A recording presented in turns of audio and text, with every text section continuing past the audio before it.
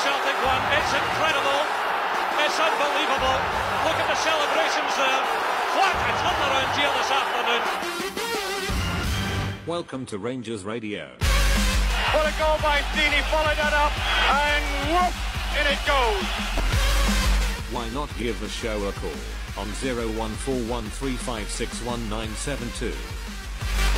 Rangers open the scoring.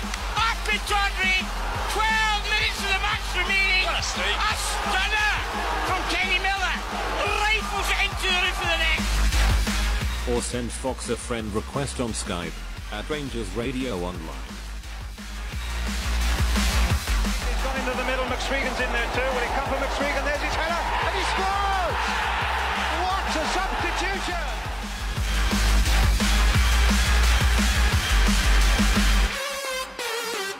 Running inside, is he gonna let flies in? He scores! Good ball! Scores for Rangers! Nacho Lobo with one kick of the ball to take Rangers to Manchester. Rangers are coming! The Scots are heading for Manchester, and you know what? Manchester may not be big enough. Remember, it's all about the Rangers. Well, hello, good evening and welcome. Welcome to Rangers Radio. Join myself this evening on the panel as the one and only Bridgeman and Young. Ibrox Loyal, how are we doing, gentlemen? Evening, gentlemen. Well, can I say a big good evening to the boys in the panel, and a huge good evening to the guys in the lobby, and a massive good evening to all the Rangers fans all over the world. Welcome to Rangers Radio. How are we doing, Ibrox? Doing well, mate. Pretty good weekend with the result and everything else, but a bit of sad news today in that we've lost Partick Thistle legend, ex-manager John Lambie. Very sad day for his family and his good friends. It was a bit of a shocker when I heard that earlier this afternoon, so condolences to his family and friends at this very sad time. Brought me into never brought me into the game, but taught me everything I know about football, and I'm glad of the fact of that. Obviously, Partick Thistle and Falkirk, I believe he managed, wasn't it? And maybe junior teams as well, but good career in the game, good, but obviously his leaning was his team was the Glasgow Rangers, Bridgeman, John Lambie. So we're led to believe, yeah. Yeah. Oh, I met him. Never had the pleasure. But you know, he's full of renown, shall we say. He was well known. Very sad. Very sad indeed. With someone like that passes away, it's very sad. Right. Anyway, everything all right with you, Bridgeman? Oh, I'm very good. I had a smashing day today. I was over at the big house today. I tried. I was saying, I don't know if you remember me saying last night. I was trying to renew my season ticket last night online. Right. I was expecting an email from the Rangers website to say everything's all done. So I waited till this morning. No email. So I thought I'm going over to Hillington anyway. I'll nip into Ibrox. Went in there, got it sorted out. But I hadn't taken it all on the internet. I said, you really need your website smartened up, because people like me are trying to use it and can't get it. It's not working for us. Anyway, cut a long story short, I got my season ticket all sorted out, and I went and did my wee errands, and I'm a very happy Bridgeman today. So things are looking good. Well, terrific, man. The software bridge, somebody needs to sort that. I mean, these things, it's no, and no pun intended here, but it's not exactly rocket science now, is it? Well, it shouldn't be. The first thing that should be sorted out is, in fact, the software and the security within that, to make sure that people who are keying their stuff in online, there's no chance of losing anything. In this day and age, people can get hacked in. They need to make sure the security on their systems are okay. And somewhere along the line, they need to make sure that their software is cool and it's friendly, user-friendly, and there's no chance of you getting lost in it. It's going to come back and tell you exactly what you've done wrong and help you to fix it, that kind of thing. So you say it should be idiot-proof, Bridge? Well, you see, because I consider myself a bit of an idiot now, you know, and so far as websites are concerned, I'm not 100% savvy on websites. and how you use them properly. So, yeah, I think it should be idiot-proof. It should be a wee idiot guide. And if there's people at Ibrox can't use that idiot guide, then they want to rewrite it again, because it's not very good. It may have been something I did, you know what I mean? So I'm quite happy to say, hold my hands up, I done something, but the system didn't tell me anything, Aye. Ibrox, is that something you could help me? Well, the thing, idiot, mate, that's certainly came to mind, but no, let's be honest, mate. They have got a lot to deal with, because not only have they got, obviously, the 40 or 50,000 fans they want to renew their season tickets, they're going to have like thousands and thousands on top of that. They haven't had season tickets, want to get season tickets, so it's, technology isn't always 100% accurate. Mistakes and glitches, they happen, but as you say, as in rocket science, in this day and age, there should be some sort of system out there that makes it run a lot more smoother nowadays. Aye, well, I think it's great that there's enthusiasm to renew season tickets. I don't doubt that everybody will, unless their circumstances have changed, or everybody hopes to get it. But obviously it's been a mixed season, Bridge, but I think it's important that we maybe look as the show develops tonight. We'll look at the sort of statement. I don't know if it's a statement or it would have been a letter that I think the season ticket holders would have got, maybe if it dropped through the door, Bridge. Yeah, I got one. So I can read some of it out to you, or all of it. It'll take minutes, All right, let's hear what Dave King. But maybe we'll talk about it later as people call on the show. But I think it's important. I think I don't know if you've read it already. Have you heard that, Ibrox? I've not, mate. I've not. Where have you been? I've been down south, mate. I was doing your neck of the woods. I know you have, mate. I know you have. What were you doing there? Down to visit my brother, mate. There's a few. Well, you can take it any way you want, and maybe some clues to the future, what's happening in short term. So, Bridge, if you don't mind reading that out to us, we'll okay. Go and meet Ibrox. Pin your ears back and listen in. So here it goes. Season tickets for season 2018 and 19 are now available for renewal. The deadline for fans to renew is Monday the 14th of May. Club Chairman Dave King has again thanked the fans for their unwavering support this season that saw a record number of over 45,000 season tickets purchased by Rangers fans. Mr King said, I again offer my thanks to every supporter for the loyalty shown over the last year as we continue to rebuild our club. Our overall progress has not been smooth, but in truth, it would have been naive to assume that it would have been otherwise. Over the last year, we have made significant strides off the pitch, but on the pitch, progress has not been satisfactory due to unplanned changes to the football management structure and the negative impact this has had on the playing staff. Graham Murty was once again thrust into an extremely difficult situation and continues to provide the stability and progress that we need at this time. Graham can be proud of what he's achieved so far. Also, we can expect further progress now that Mark Allen has settled in as Director of Football. It is significant that the club has experienced its highest level of call-ups for senior international duty for many years. This is directly attributable to the work that Mark has done in the recent transfer window and provides a mood of optimism to build on for the upcoming summer window. However, on the managerial front, I emphasise that the board fully recognises the need for sustained stability in this area of the club. Whoever is appointed must be able to meet the unique challenges of managing Rangers and ensuring immediate success. It is a priority that we commence next season with the best appointment that we can make, that we move forward rapidly. Rangers is synonymous with winning, and I want to repeat my commitment to that. Neither I nor any of the other directors will consider our work complete until Rangers have been restored to the top of our game. It remains your board's intention to provide the funding necessary to ensure the level and consistency required for a serious and sustained challenge. We must repay the loyalty you have shown over the last year, during which almost 45,000 season tickets were purchased. That is an astonishing number and reflects the shared passion we all have for Rangers.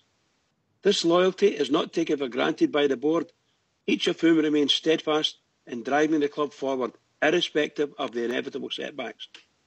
No Rangers supporter, player or director should ever be satisfied with second best, and your board will do everything in its power to ensure you have the team and the club you deserve. That's why a great deal of work, much of it extensive but unseen, has been started this season to restore not only the team to a form of greatness, but also Ibrox Stadium. Our tradition and history must be protected, and our future at the top has to be secured. These remain our aims and will continue to work towards them, but we cannot do it without you, this club's wonderful supporters. We are in this together, and together we will make it work. I sincerely hope that you will renew your season ticket for 2018-19. Together, we are Rangers. Thank you in advance for your support. So then I just go on to say there's easy ways to do it. Website, ticket, phone the ticket centre, phone and the email. So 4 ways to do it. All right, we've also been joined by Fox. Evening, Fox. Good evening, guys. How we doing, mate? All right? Aye, fine. Tip top, mate. Tip top. Listen, I think the big top point in the statement will be the bit running about the management. The rest is pretty standard stuff for what you will be sending out to get people to renew it. The top point for me is the managerial, but I don't know how you see it, Fox. Just a straightforward statement for me, mate. A lot of words didn't really say much to me. It was just, can you please renew your season tickets as the club need the money? He never said Graham Murty wouldn't get the job, and he never hinted to who was getting the job if it wasn't Graham Murty. So, just a standard statement for the season tickets, mate, for me. How about yourself, Ibrox? I think we spoke about this the other night, mate, as well. When I says personally, I was right behind Mr. Murty, and I will be at the end of the season, but unfortunately, I don't think he's going to get the job next season, and I think that is pretty much set out in the Dave King statement. He says the manager that comes in must be able to hit the ground running, because basically we want a title next season, and that is the main aim. But it was also says, for me as well, the two mistakes that were made was obviously Mark Warburton and Pedro, when he says, we must get this right, Well, this for me is definite now for this next coming season. We must get the right man in position to challenge him for minute one. I think Warburton ended up a mistake, mate, but I don't think it was a mistake appointment. No. That makes any sense. Pedro, don't get me started. Bridgeman? Yeah, that last statement you made there about Warburton, I think we were I thought we were really lucky to get Warburton. I absolutely adored the guy. I thought everything he did was really good. And then we started to see some poor results coming in, and you realised that some of the players he had, weren't quite up to the quality it was required. But I'll be forever grateful to him for coming up, taking us over, and helping us out, and getting us into the next league up. And I do feel sorry for that. The way he had to leave the club. I thought it was bad for him, bad by him as well. I thought that him and his director of football, or I don't know what his name was at the time, and his big Davy Weir. I thought the three of them did poorly by Rangers. Let's put it that way. I don't want to moan about them too much, but they've gone, and I'm delighted that they've been, and they've done it. Unfortunately, we ended up, as it looked like, we've ended up with Pedro, and it was just sad. So here we are. We've got a new manager coming in, and Mr. King, as quite rightly as Loyal said there, he hasn't actually hinted, or Fox rather, hasn't hinted either way whether he's going to keep him or let him go. So we're all intent to anxious to see what's going to happen at the end of the season. I read it that be a new manager coming in, mate, but I suppose you can make words mean anything you want, but I read it that there'll be a new manager coming in. That's the hints I take out of that statement. And I think that would be the right thing to do for the club. Fox? I think that he could have hinted to some more promising things for the support, mate. I thought he might have made a wee comment on our up-and-coming strip deal, or any new endorsements for the club where we'll make some money. But there's just nothing in that for me. There's no it's a promise to the fans to go and buy their season tickets, but nothing about what the board's going to do to add to the revenue coming into the club. But if the board's responsibility answer to shareholders, not to fans, the customers. We are the biggest shareholder in the club, mate. But that's the trouble. We might not have shares. We might not have shares as much as some of the other people may, but we are the people that put the most amount of money into the club season after season. Stakeholders, yeah. Yep. And we know we just rent the seat and we're there to be supposed to be entertained, but a wee bit of promise of what next season holds for the fans, what they're expecting. I don't know. I think it could have been a bit better. That is only my one gripe about it. I'm not saying it's the greatest statement I've ever read, but if he's going to be announcing a new strip deal, would he not be want to keep his powder dry with that so he gets another pop-up publicity and another shot of good news? Why not put us all in a good mood for the upcoming game on Sunday, mate? I mean, the support... Good stuff out on Monday.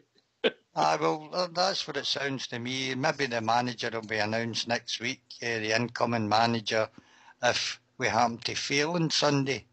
But that'll take the pressure off them again because people will all be talking about that. But I just think that they could have just put a wee couple of things out there to tease the support and make us think that things are going to be a lot different next season. Bridgeman? I wouldn't have expected anything. By the way, I sympathise greatly with what Fox is saying. I think most of us would just have loved a wee hint. So they are, actually. There, but seriously, I doubt very much. I agree with you, Fox, there, that it's difficult for someone at the top of the club to come out and make any, shall we say, release any information at all right at this moment in time. Obviously, he'll release it when he thinks it's good and he's good and ready. But I don't think I don't expect to hear in. I never did. I don't expect. Well, I moan like hell because we don't. But I don't expect him to say anything like that. Certainly not in the eve of a Celtic Rangers game. Definitely not. So you might be right about Monday after the game. You might hear some good news, and that could work either both ways, either two ways rather. It could be something to take away the hurt and pain, or it's something to celebrate, whichever way we want to look at it. We could. Anyway, if people want to join us, what's the number, Ibrox? It's 0141 356 1972. You can join us at Skype at RangersRadio.online when you be brought into the call. We talk about all things Rangers. At the moment, we're talking about the statement about the season tickets. If you've got any views on that, it'd be great to hear from any Rangers supporter, Bridgeman. Absolutely, pal. Please, I'd just love to hear, guys. But the Bridgeman here is a very happy man, very happy. That's a season ticket renewed, and I'm really looking forward to it. End of the season, and then we get tore in next season, hopefully in Europe, and we do better and better and better. And hopefully new players signed. And this is all my hopes and dreams type thing, you know. We're hoping all this happens. But I'm in there now. That's me. My seat's tagged for another season. You think the club would have looked at it, Fox, at these 6 people running about this one seat want to move every year, wouldn't you? I'm just glad I'm far enough away from Bridgeman, mate. I like to enjoy the game, you know. Anyway, there's a wee question in the lobby. That was a bit of a gag, Bridgeman. I know, he's shocking, isn't he? He's just shocking. For Dougie the Bears, it says simply, do you trust Dave King? We'll take that. Well, I think it'd be on the right to somebody who's a Castlemilk lad to answer that question. Can they speak right? Fox? I relatively trust them, mate. I think they've done a reasonable job. I think they could have done a better job, but they've done a reasonable job. My only worry is the fans will plough their money in. It's up to the board to bring in other revenue streams, mate, to push the club on. And I think that's one thing they've failed at the moment, mate. That's my only complaint at the minute.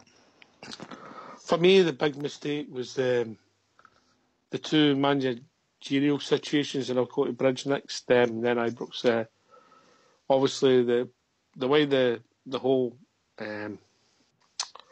Matt Warburton stroke, then Kachina came in, which I think was a big mistake. I don't know whoever thought that he was the right man to manage Glasgow Rangers, and then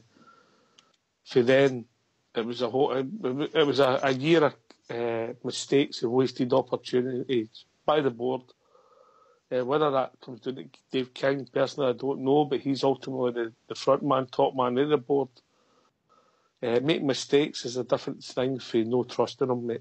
That's a different thing altogether, because people will make mistakes, and if you were talking to Dave King, the Kachina one only becomes a mistake in hindsight. Even though I personally thought I couldn't see what his CV said for him to get the Rangers job. Bridgeman? Look, I have to say that you've maybe heard me saying this, and people kind of laugh when I say it as well. I am eternally grateful to Dave King and the 3 Bears or 5 Bears, however many Bears there are now on the board. I can't visualise what our club would have been like if they didn't win control. My vision is so dreadful. It's like looking into an abyss and there's nothing there. I think maybe Ibrox have been sold off for a pittance and they've become a car park or something daft like that, I've just horror thoughts when I go out. And it's only 3 years or so since he's been here.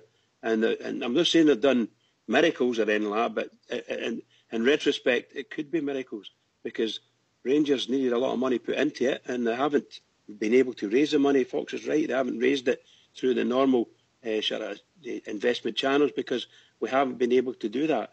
We've been left toxic by the previous board and their antics, to the point where all the shareholders' money and all the shares are valued at a mere pittance compared to what they were when we bought them. So it's very difficult to get people to come in and follow on. What we've got is we've got a whole load of quite wealthy Rangers supporters who are willing to put their money in on a loan basis, which is quite good, and they'll get it. That's their investment into Rangers. They'll get it in their shares. So I'm delighted with what are happening. That's how I feel in my heart. That's how I feel. I'm just relieved I can go to Ibrox on my every other Saturday type thing, and I can sit there in my seat and I can watch my team, good, bad or indifferent. I can do that. I'll tell you what, 4 years ago when that mob were running us, seriously, I don't know. Knowing what we know now, it's serious. I'm ranting on again. I'll leave it another rant to Rudy. Sorry, I'll just shut my mouth in it. I think they're great. Ibrox? I've got to go to 100% agree with what Bridgman's just says there, mate. What sort of state would we be in right now if we never Dave King and the 3 Bears? They've managed to come into the club, as Bridge says, in such a short period. And 3 years is still a short period for the amount of mess they had to come into that was left to them by the previous board. He managed to get rid of the Ashley scenario and all that sort of stuff, which was absolutely fantastic. I don't think anybody thought he was going to come in and get rid of him in such a short period of time, but he's able to come in and do that. He's a very intelligent man. He's no go-to. He's standing in the world where he is now, if he never the brains. All right, you could say about the Pedro one, definitely was a mistake in hindsight. But with that statement he's come out, makes me think that he's got the ideal candidate in mind, if he's not already got him in the bag, that will maybe hear at the beginning of next week. But I think the things with the strip deals and everything else will maybe hear in the first or second week in May, about that sort of stuff, for the start or the end of this season and the start of next season. So I trust him. I've got no reason not to trust him. So. I mean, there's the sort of corporate governance in there. I think we'll always be cynical now, Fox, because of what's happened to us. More cynical than we ever were before with the boardroom stuff. Look, to be fair, I don't think any is know enough about what goes on in boardrooms, mate. The Ashley scenario, mate, you'll never know how that would have turned out. I think he done the same with Newcastle, what he was trying to do with Rangers. was get the club on the cheap. But how he went about it was probably all wrong. We don't know how that would eventually have turned out. I don't know whether I should say this or no, but you never know how it would have turned out, mate. But the thing is, things have moved on, they've changed, they've got in and they've took care, they've done a reasonable job, as I said to me. The manager things I never brought up because every manager's a gamble, mate.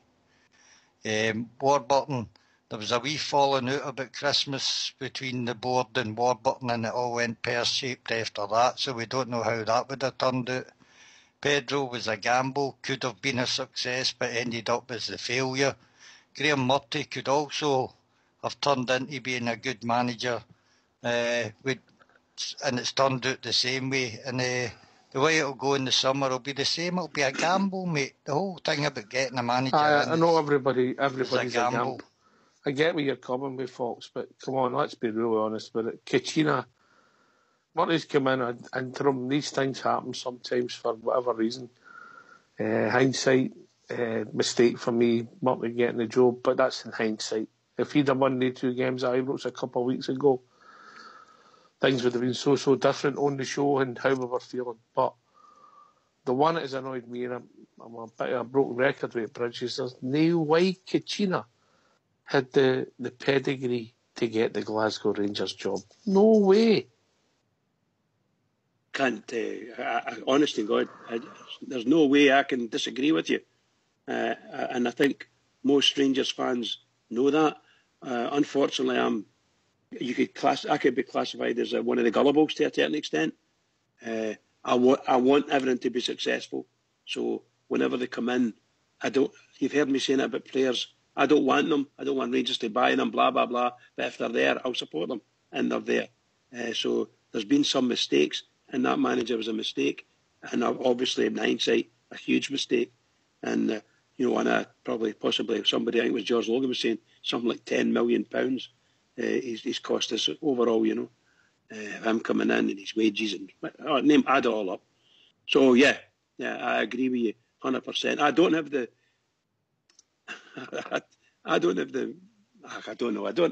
don't want to start criticising or criticising the decisions that Rangers make.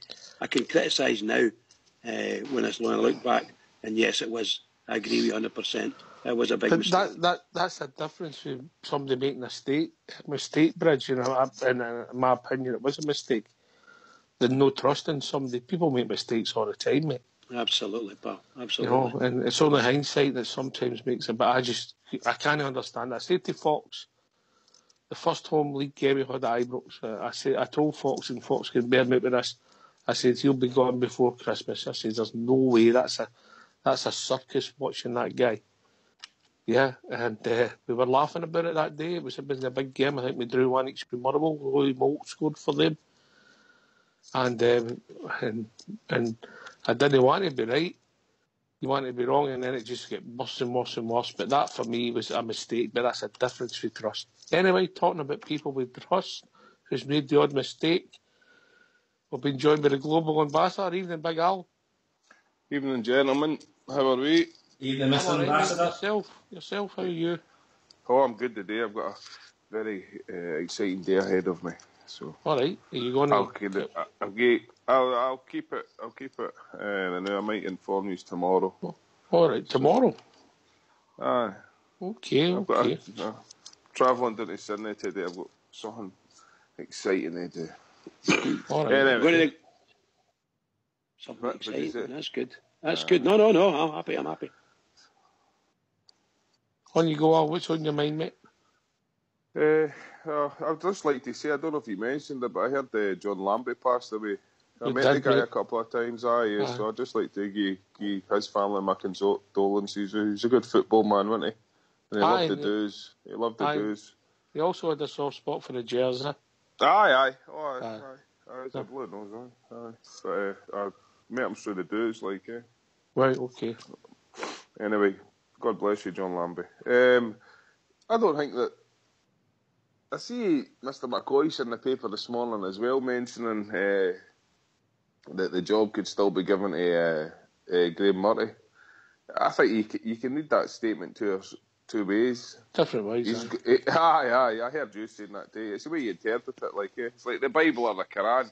One person becomes a terrorist, the other person becomes a believer.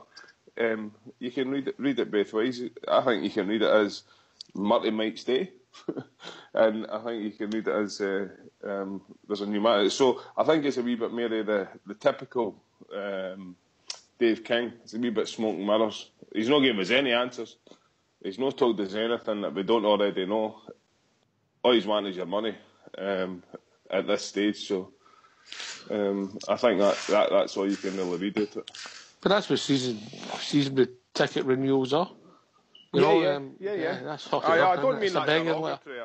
I'm just saying. I read it when we're getting a new manager. That's the way I read it. Well, I'm hopefully reading it that way. I would prefer to read it that way, but I can also see, and I can't see how he would need to come away with some miraculous story to keep Graham Murty. Honest to God, it would need to be something unbelievable for Graham Murty to stay in position. So I don't think that's going to happen. But then again, it's what kind of quality of candidate are we going to get? As you mentioned, the two previous to him have been a bit dubious. Certainly the last one. So. Aye. You're going about that on night. That by showing its own. I know. You're going to roll ground, I suppose. Why mention it then, Al, in the first place? I mean, we were talking earlier before you came on about he never mentioned anything about strip deals, who our new strip supplier was going to be. Didn't he feel the need to mention that? But he felt the need to mention the Graham Murty situation 6 days before we play in a semi-final against Celtic. Would he not been as well leaving that bit out as well?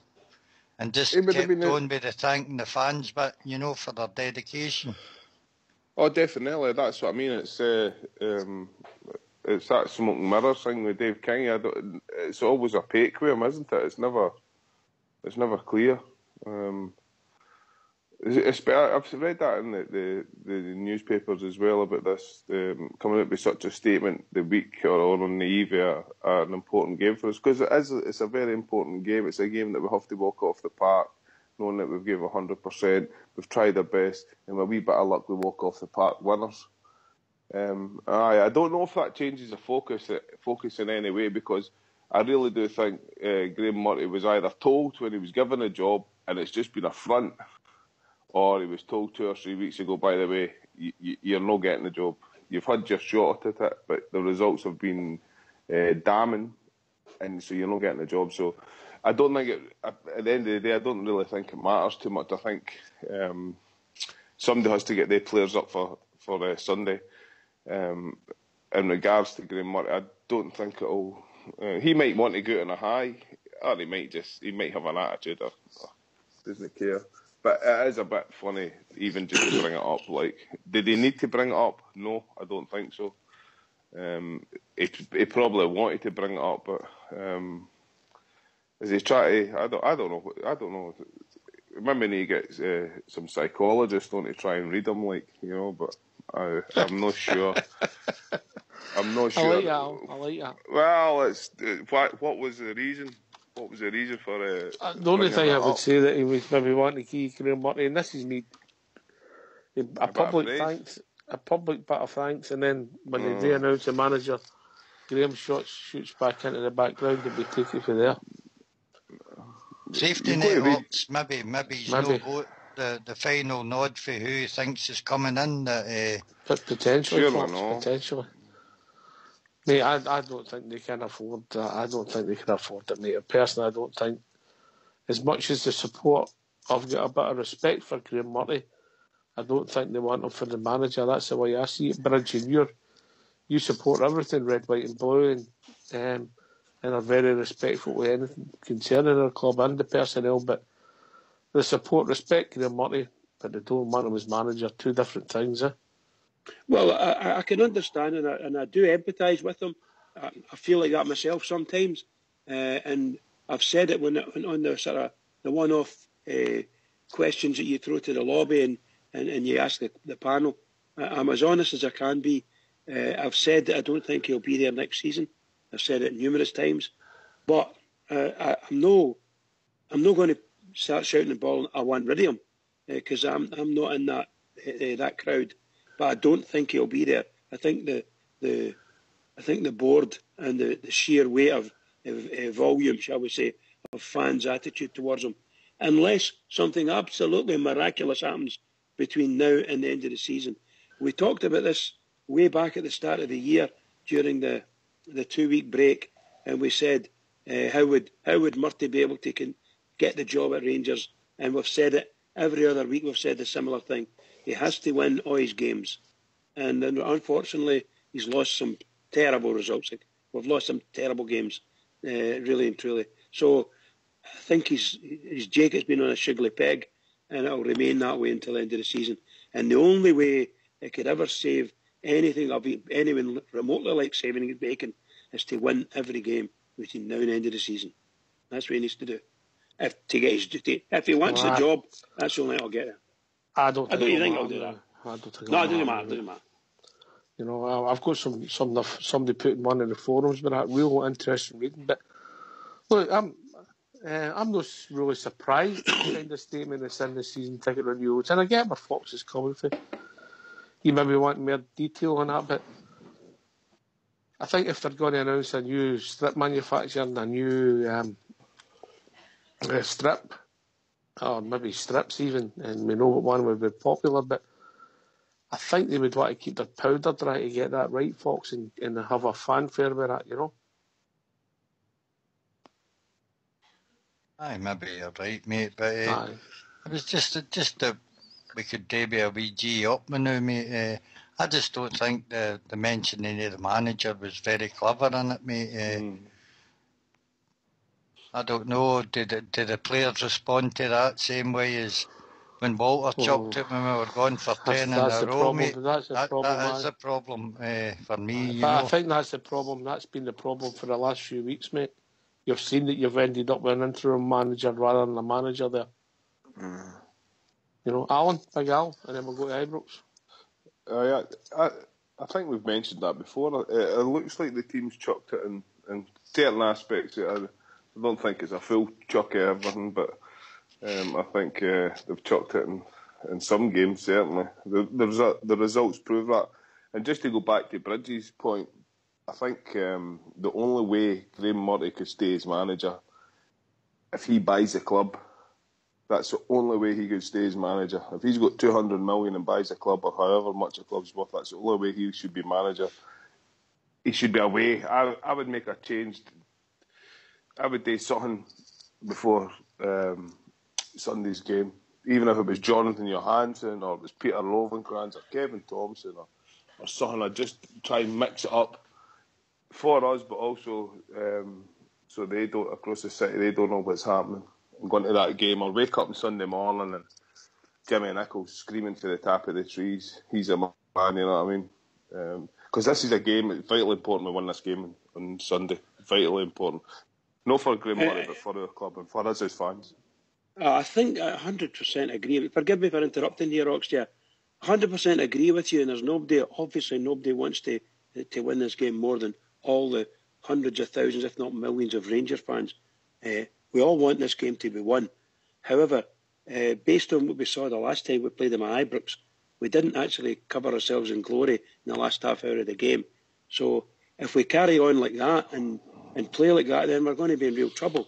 I don't think it's necessarily the manager's fault. I think he's been left with what he's got what he's been left with. And I agree with you. There are times I've been shouting on the sideline saying, "Where's the subbies? Where's the subbies?" And he hasn't done it. And these things like that. However, I wouldn't say, based on what the chairman has said, I wouldn't say he's a certainty to go.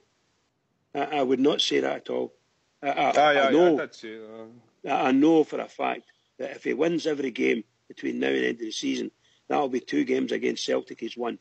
And that is a big task and a big, really good job. Well done. Pat yourself in the back. And he's going to beat the other 5 members of the top 6. That's really good. Bridge, could I ask you a question, mate? Of course. Do you think that would redeem him enough for the previous games that he's lost? Well, one thing you could say is he's gaining experience and he's learning. He came out and said it. He's under no illusion himself. I think he's quite honest. However, his naivety and his maybe a wee bit stubbornness and possibly his inexperience does frustrate the Rangers fans greatly, including ourselves greatly. And when you're sitting at the match and you hear some of the guys making comments and you think, they're right, but you don't want to say too much, oh dear, it's some strange feeling we're in it. We don't know whether he's right or whether he's wrong, but we feel he's wrong. Don't daft way, But I hope that he wins every game to the end of the season. Two things I'll do. I'll lift this club up so high it'll not be real. And number two, it'll give him a good chance if he wants the job, he could maybe get offered it. However, in my wee heart it says, no, I don't think he's going to be there at the end of the season. But I think he will be offered to roll back into the management role at the junior level, or the junior, listen to me, at the under-20 level or something. Do you think he'd want that now? On you go, Fox. No. That's a good question. The thing is, go, Fox. You could also turn it in its head, mate, and say how well he's done for a manager with no experience against the three managers who are the most experienced in our league. He's got us back into second place. We're in the semi-final of the Cup. So if you look at it from the other side, he's done a good job. It's harder to argue that case, though, I think. Of course. But that's exactly the case that people are condemning him for, Al. Yeah, I know. But Can you say that again, Fox?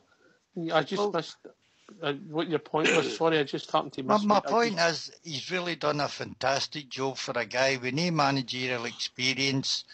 He was only a youth coach, and there he is. He's second in between the most experienced manager in Scotland, Derek McInnes for Aberdeen, one of the longest serving managers in Aberdeen, and Neil Lennon, who's also got vast experience in the Premier League. So you could actually say that he's done a good job. There are many ways, you're right, Fox, that's what I'm trying to say. When you look at his record, what did we expect? He's an under-20s coach. With the greatest respect to the guy, he's had a fabulous opportunity to make the job his own, and I've rooted for him all the way, not just because I like him, but I want the team to win, so I'm obviously going to root for him as well. And I don't want him to fail. I don't want the team to fail. If the team win, then he's only a chance.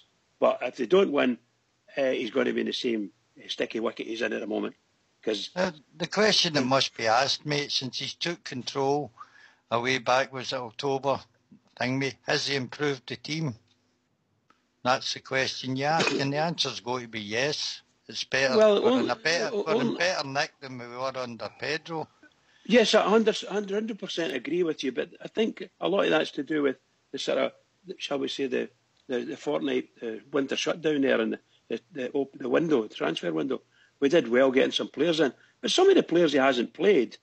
I mean, if you just look at the team on Saturday there, a lot of these boys, the guys that were playing, where's all the big stars that we brought in? In the transfer window, there was only two of them on the park, in reality. So, sorry, three. Dorans was there. But if you think about it, I don't know if we're a better team than we were 12 months ago. I don't know. I think if you look at us, where did we end up last year? We ended up third in the league. So at the moment, we're lying second in goal difference. So if we end up second or third, we'll be doing very, very well. I'm just going to give you some stats that actually stats. I was waiting for the stat though. You call me a boral? No. I was wanting to ask who's the statistician on the show tonight. I was told it was maybe Ibrox. Just Ibrox is working on the percentage of victories that Graham Murray's had. We gave him at the start of the show. I think Pedro Coutinho. Anyway, you go. Right, okay. I mean, this is a joint season, right? And this brought something home to me. When you see it in black and white, it's quite apt. Us and them, this season, 33 games, yeah, we've both played. Are you happy with that, Fox? Is that a fact? In the league? Oh, you're the man looking at the figures, right? All right, split up home and away. Home, they've won 10, drawn 6. We have won 8, drawn 2, lost 7. Away from home, they've won 12, drawn 3, lost 2. We've won 11, drawn 3, lost 2. So where's all our problems been? At Ibrox, mate. Ibrox. Big style Ibrox. And who lost more games at Ibrox? They had distance. Coutinho or Murray? They had distance. Murray. Hibs, Celtic, St Johnstone, Kilmarnock, Hamilton. 5 losses in his reign. Yeah, it's quite tough for him, isn't it? And when you look at it, it starts starkly. The figures are totally against him. But all I can say is that this time last year, I think we ended up third in the league last year. And if he improves us and gets us second, then that's good. That's great for us. However, I don't know if it's enough to just to scrape through into second. Might not be enough. I don't think the fans. I think I agree with you. You said earlier. I think the fans have got him out the door already. Aye. At Ibrox and away from home, we've lost 19 goals. Yeah. And at Ibrox, we've scored 29 goals. And that's including the 4 we scored in Saturday, Ibrox Loyal. And away from home, we've scored 38 goals. So the consistency of playing the same system, it fails consistently at home. All right, we won 4-0 on Saturday. We had stubbornness, and I'll say this, I said this about Mark Warburton. Stubbornness in any job will lead you to get the sack if you're making the wrong decisions constantly. Big Al on this stuff. Big Al. No, I was laughing. I thought you were going to ask Ibrox for the percentage of that. The percentage of that? Well, put it this way, right? The 32 games that he's managed us in, with the 20 wins, is 62.5%. Google's great. Here's one for you. That's no Google, mate. That is no Google. Ibrox, we've scored 19 goals at home. Right. 19 goals away. Right. What is the percentage of goals we've scored away from home? 50%. See, he's learning, Hal. See, he's learning. I've got a great maths tutor on now, as I say, so he teaches me well. So the problems at Ibrox, the problems of system, and we'll have to coin a phrase for Matt Warburton, we've not learned when we've consistently done something bad, but we weren't scoring goals. That's the problem. You can see it's there in the stats. I disagree. It's a common denominator. I think we've won more games away from home because teams come out and attack us away from home, think they can beat us. And in an open game, mate, we'll beat them. But when they come to Ibrox, it's 10 men behind the ball. Yep. And they go up the park. It's been harder at Ibrox for us, mate. And you've also got to take into account this year that some teams are a lot stronger than they were last year as well. You know, I think Hibs have been a tough team to play against. Aberdeen, who were second for the last couple of years, mate, we've beat them 3 times in the season. So he's not doing that badly, Murty. I'm just, when I turned at Runox, when I said the exact same things he's been condemned for, you could also praise him for having all the faults. That's all I was saying. And you're spot on, mate. The fact is that system works away from home is maybe the right way to do it. So if it works away from home and it's consistently not working at Ibrox. Does the players not get any blame in this? Yeah, they do, of course. Players will always get the blame, but we've seen that there's a flaw in the system watching it, mate, at Ibrox. If you're lack of players in the middle of the park, yes. Yes, but also... But a couple of things, Al. Fox's point's right. Kilmarnock played, pretty much played with one up front with Chris Boyd trying to spring players off him. So why have we still got 4 at the back? Mm-hmm. Yeah. But that's up to the manager to change that, you know. That's the manager's job. He's also had a big run of injury in the midfield as well to deal with, Fox. That a change of system probably couldn't be afforded at sometimes. That's all I'm saying. I don't think injuries, bad luck. I don't think he's done as bad as he gets slated for, mate. And I think people that are actually in the game who tend to give him a bit of praise are probably more right than the supporter, mate. And give him a bit of praise for what he's done. No, the people that are in the game always kind of back up each other. They're blinkered to it. We are the true visionaries of the game. Not the guys that are in it. Jesus.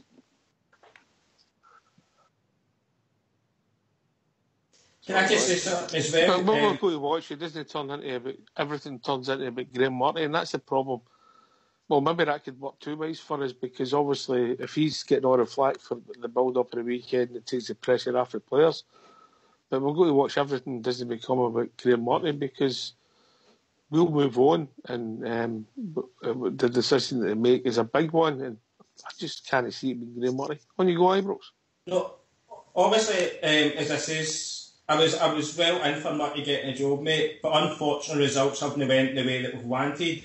But one thing I'm going to stick up for Graham Marty as well, what he says is, when he's on the training field with the players, he can only give them the tools to go across that white line on a match day, and then they have got to bring it on the park, which they haven't been doing 100% of the time, which you've got to take a wee bit of the stick after Mr. Murty for that.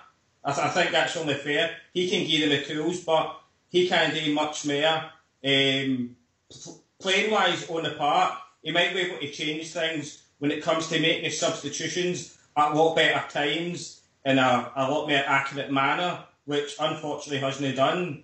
But you have got to give Murty praise for some things, mate. Because again, let's be honest, as an under-20s coach, it's been said before, and he was the only one that stood his head above the parapet and took his own, when unfortunately we never had many other ones to come in at this moment in time to take his own. So I'll give him all the support for that, but I think it's going to be a new manager come next season. I think that's only right, and I think it'd be only right for the fans and the directors that we get that new manager that can come in and basically hit the ground running for next season and challenge for that title, mate, because that's what it has to be next season. So, can I come in on that? Will you go, mate? Okay. I want to say that what you're saying is absolutely spot on, but I think we shouldn't lose sight of the basically the horrendous amount of injuries we had to key players in such a short space of time. A lot of these players that have been injured only come in, either the start of the season or in I would say January. So you've had Doran's out for a long time, Ryan Jack's no there, young McCrory out badly. So and a number of other injuries quite significant. So I think he's had to put up with quite a lot in a very short space of time. I think he's done quite remarkable. He's got us at second place. I'm not blowing his trumpet by any stretch of the imagination. I'm trying to put things into perspective. I think his lack of tactical knowledge or awareness has shone through quite a lot against sometimes quite, shall we say, lesser teams than us. And our managers should be able to notice things on the park and have the tools at his disposal, because that's the way he does it. He should be able to do it that way and make sure he makes the right changes at the right time, or as close as possible to it. And I don't think he does that. And it might be because he doesn't have the tools. You follow what I mean? It might be because we've got a surplus of midfield players when we really need a wide player, or vice versa. So it might not be the correct tools, but I still think he's quite naive and inexperienced, and that may go against him. Yeah, well, I mean, it'd be interesting. Fox sees the goodness in it. He's right. There is some positive things. We look better organised than we did under Kachina, but I don't think that's a great compliment, if I'm being honest. Just to change the subject slightly, just for those who are interested, Liverpool beat Man City 2-1 tonight, and Roma beat Barcelona 3-0 and progress in the away goals rule. Bit of shock there. So, it'll be interesting. Can you repeat that? Did you say Barcelona got knocked out? Yes. Oh, wow. Wow. to get beat 3-0. Yes. Amazing. Yeah, I wouldn't have seen that coming. You mean good teams can get beat? That shows you. Occasionally. No 7 times at home. That wee nip in there. Well done there. No 7 times at home. Well, all I'm going to say is if this new manager comes in, we start the league in August, and he's not got the league sewn up by January, I'll be calling for the sack, just like you are with Graham Murray. We're not wanting Graham Murray sacked. We want him to go back to his rightful place in the club. No, he's not got a rightful place in the club. Of course he has. He's a youth coach, mate. Listen, he's got to go. That's it. You can't then move him back and forward like a yo-yo. Would you have him out the club, Al? Aye, I'd have him out the club. I can't believe you're saying that, mate. Can't believe you're saying that. I don't see what good pitting him back into the under-20s he's got to do for the club. I think he'll improve. I think his managerial knowledge that he's gained taking the first team, mate, can only be passed into the youths when he goes back there, mate. Him and Jonathan Johansson will be the team that take care of our under-20s, mate. And surely his experience of being a manager of the first team, whether it's liked or no, but the support can only be good for the younger players. That's the only part of your club that is doing extremely well for me. Yeah, but he's not there. He's not there at the moment. So does that not tell you? He set the foundations up. What I will say is that I think that's hard to believe. Different thing, mate. Between the youths and the under-20s, isn't there? What I will say is I never thought I'd say this, Al, but I'm agreeing with Fox. No, he's not trying to talk him back into a job tonight again. He's fluctuating. So somebody that steps up to the plate should be sacked if they fail. He didn't step up to the plate. He got asked. Of course he did. Getting paid. How did he step up to the plate? He was asked if he wanted to do the job, and he took it. He didn't put his hand up and saying, I don't think, well, I'm not behind the scenes. I don't think he jumped out there and says, I'm the man, I'll take it. He was obviously asked, look, we're in a bit of a predicament. We need somebody to look after the first team. Are you willing to do it? And by the way, this is how much you're going to get. Yes, I'm willing to do it. And then they went back to the well and they done it again and asked him. The way we're saying it is as if he comes across as some hero. He's got beat 7 times. What is it, 7 times at home he's been beaten? That's great. You take that back into the youth. We'll see a youth team. No. That's 7 times in total this season, obviously. How many times has he been beaten at home? 5. 5. Sorry, man.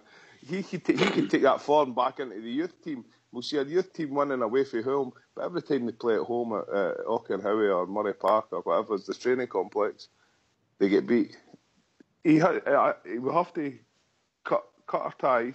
Thank you very much. And he goes on and does his own thing. I don't think you can have him hanging about the club. I don't think you can have him about. That's just I think you're very cruel, Al. I think you're being very cruel. You're a tough man, Al. But we're trying to run a modern club. But you've got to be sympathetic for the guy. I think he deserves some sympathy because I know, but just listen to it and I say what Fox is saying is absolutely right. What do you do with someone you've asked him? Could you come in here and he steps up, then he goes back down to his role again as under-20s.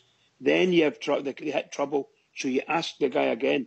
Look, you come in, we'll give you a wage salary, a salary increase, and you'll do this and you'll work with the director of football, and let's see how you get on, and you've got a job to the end of the season. And I would suggest that Rangers, the emphasis on Rangers, I've asked them, should add something to the at the end of it. Sorry, pal, we're going for a new manager, so you just move back down there. I'm happy with that.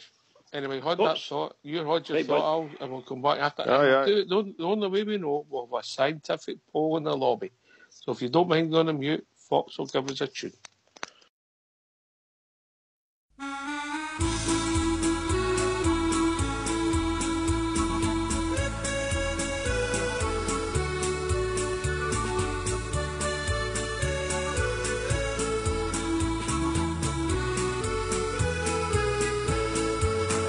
While I took a trip to Eyebrow, my favourite team for to cheer, where they were playing the Glasgow Celtic on the first day of the year.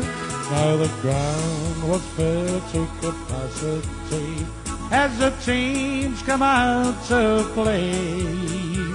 The animals sang the soldiers' song, and the people sang Dolly Gray. Now half-time it came and went in. The Glasgow Celtic were in the lead. Finian Tully was rounding everywhere, shaking his rosary beads, while the green flags, they were flying high. Celtic hearts were full of pride. The second half, sure, it started and the Rangers, they turned the tide. Won't you play up the Glasgow Rangers? Oh, play up the boys in blue. Oh, play up the Glasgow Rangers. We're here to cheer for you. Now the ball goes out to Walker, and from 30 yards he did score.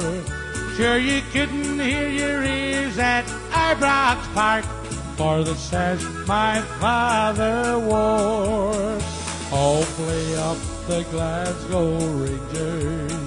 Sammy Cox is on the ball. He slips it through to Willie Woodbarn, then on through to Ian McCall. McCall to Billy Simpson. Oh, here come the boys in blue. Well, Simpson beats the Celtic centre half, and in goes number 2. Now the Rangers fans are roaring. Geordie Young, he takes a free onto the head of William Simpson, and then goes number 3, while it's 3-1 for the Rangers. That was the final score. A happy new year from Ibrox Park, for Rangers beat the Celtic once more. Yes, a happy new year from Ibrox Park, for Rangers beat the Celtic once more. Yes, a happy new year from Ibrox Park, for Rangers beat the Fenians once more.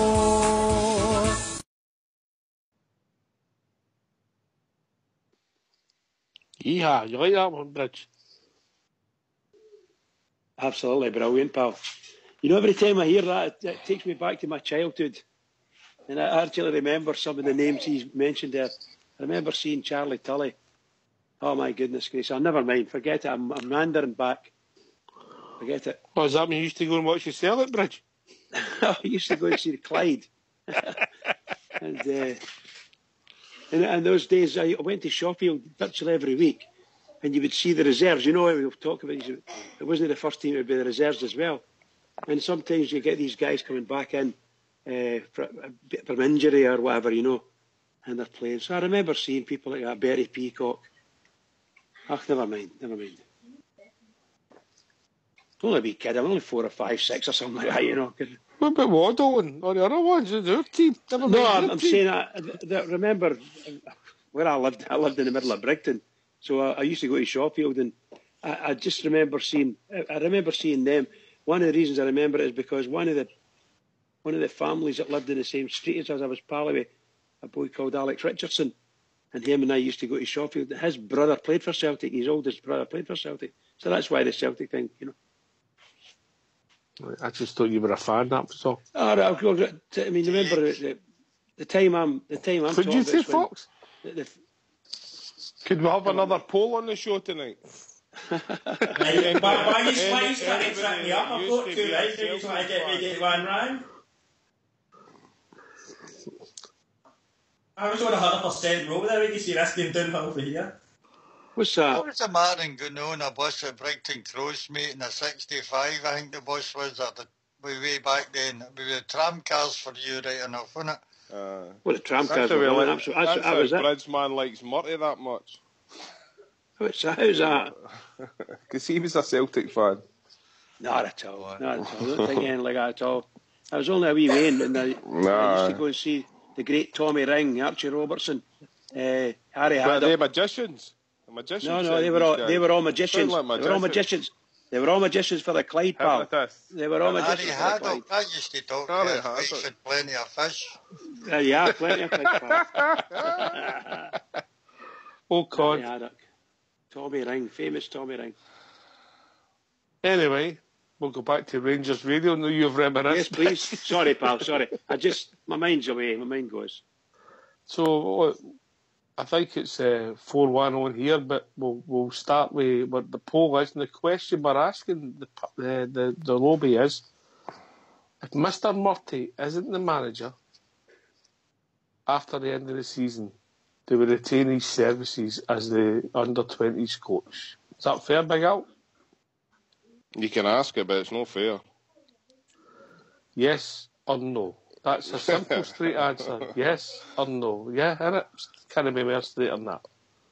Okay, so Ibrox, get your abacus out. Yeah, I'm in the lobby, mate. Yeah, it goes, yeah. And, leading question, I've been, yes, no, aye. No, it's yes. Lots of yeses. Yes. Hope you're counting them up right now. Yes.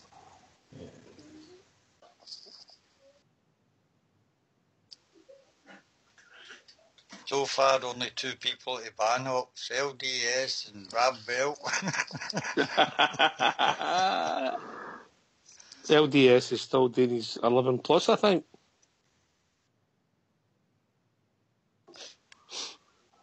Anyway, it's an overwhelming yes. Aye. Yeah. Overwhelming. Well, so what does that mean then? Overwhelmingly wrong. Oh dear. In your opinion, Al. Aye. In your opinion. Well, you change your mind about it. Should you retain his services? Do you honestly think that would be beneficial, or are you just being sentimental? No, I'm not being sentimental.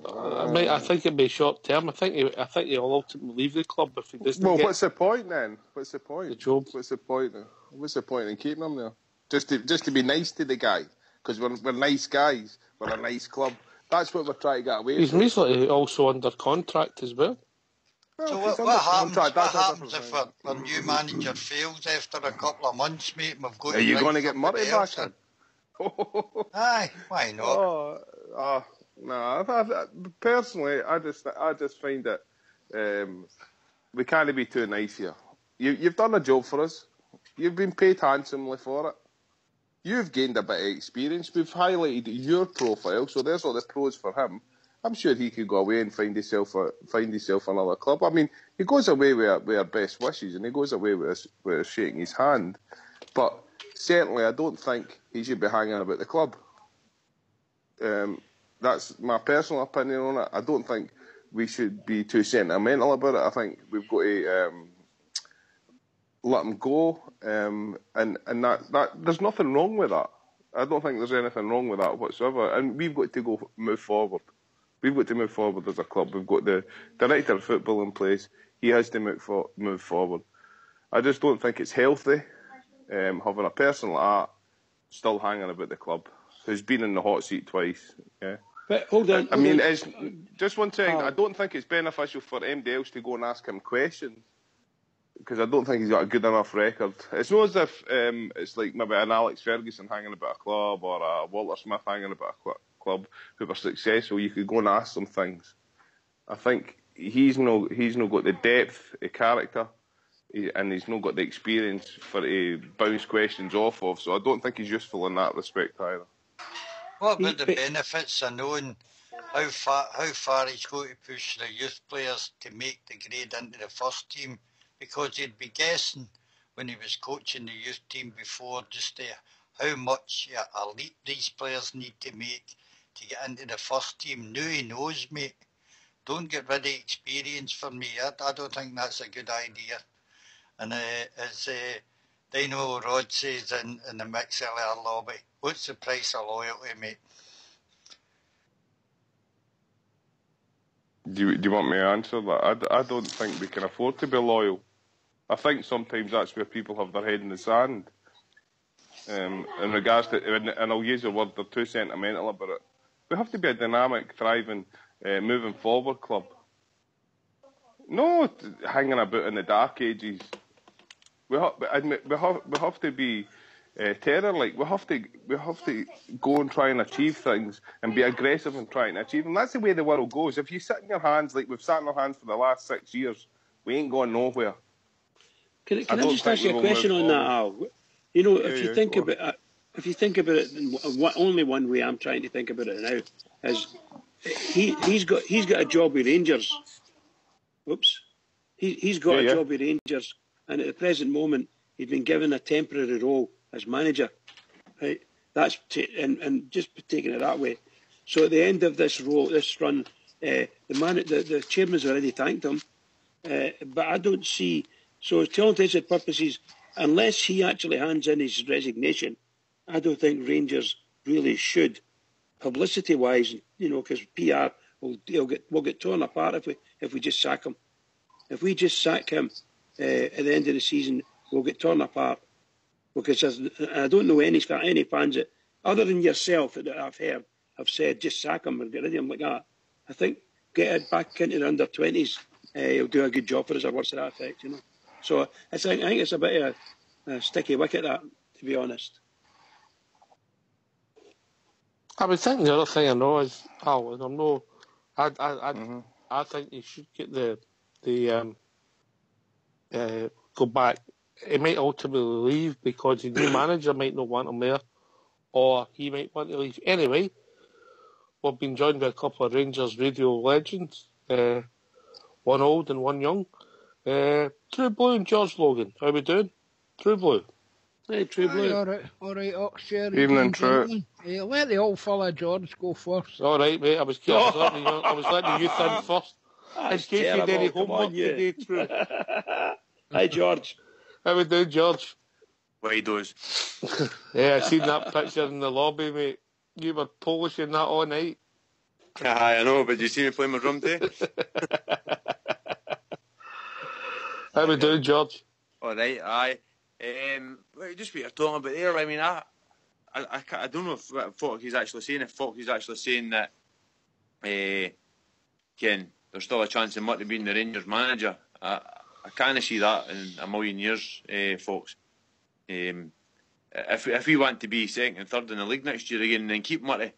If we want to move on, get a football manager, and I've been saying it for weeks, and it's no a bit of a witch hunt or anything like that against the guy. He's just not a Rangers manager. I mean, folks say, oh, he's done the job in that for us. The reason he's done the job for us is because, in my honest opinion, our board went to get the number one target was Derek McInnes, and they knocked us back.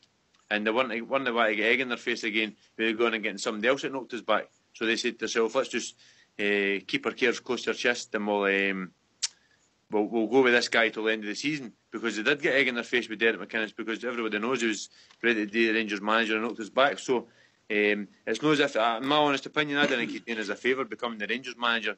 He should be glad to have any chance to become the Rangers manager.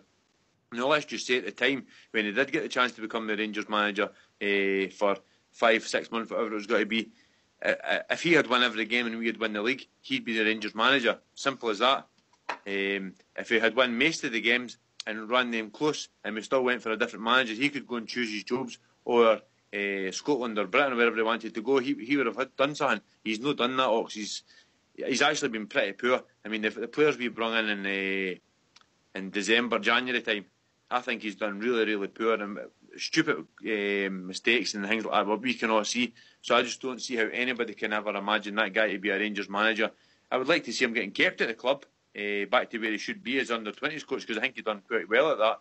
But never for me as a Rangers manager. I think we've got to go and get a manager right now and just, this is a manager, as simple as that. And I think our board, Paul Murray and Dave King and that were telling him weeks ago, this is what's happening. You're not going to be the Rangers manager because they would know that's not going to sell season tickets. We need a manager in there, and they would have told that guy what's happening. So it's not as if...